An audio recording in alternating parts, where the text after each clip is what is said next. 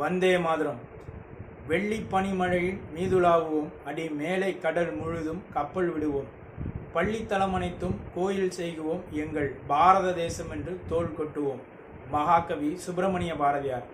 இன்றைய காணொளி வாயிலாக நாம் நினைத்து பார்க்க போகும் தேசபக்தர்கள் ஜமதக்கினி ஐயா, வீரபாகு ஐயா மற்றும் ஸ்ரீனிவாச ஐயா ஆகும்.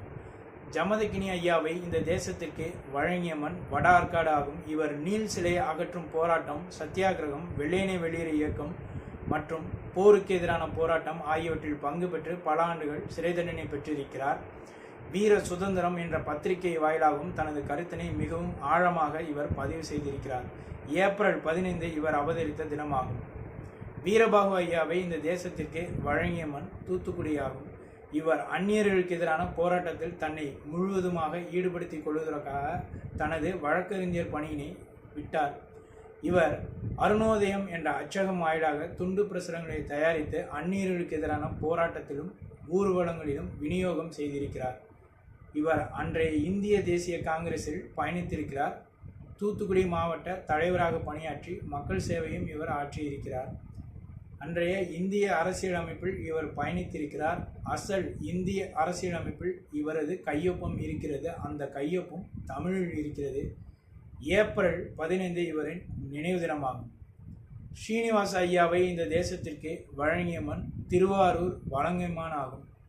இவர் கோபாலகிருஷ்ண கோகலே அவர்களின் கொள்கையில் பெரிதும் ஈர்க்கப்பட்டவர்.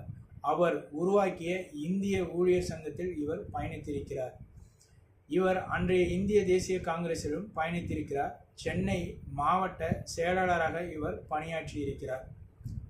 இவர் இம்பீரியர் சட்டமன்றத்திற்கு பரிந்துரை செய்யப்பட்டிருக்கிறார். ரவுலட் சட்டத்திற்கு எதிரான தனது எதிர்ப்பினை மிகவும் வலுவாக தெரிவித்திருக்கிறார். ரவுலட் சட்டத்திற்கு எதிராக இம்பீரியர் சட்டசபையில் இவர் ஆற்றிய உரை மிகவும் மகத்துவம் வாய்ந்த ஒன்றாகும். ஏப்ரல் 17 இவரின் நினைவு தினமாகும். தேசபக்தர்களின் புகழானது இம்மண்ணில் என்றென்றும் ஓங்கி ஒலித்து கொண்டே இருக்கட்டும். தேசியமும் தெய்வீகமும் இம்மண்ணில் என்றென்றும் பட்டொளி வீசி பறக்கட்டும். ஓம். வாழிய செந்தமிழ், வாழ்க நற்றமிழர், வாழிய பாரத மணித்திருநாடு. வந்தே மாதரம். ஜெய்ஹிந்த்.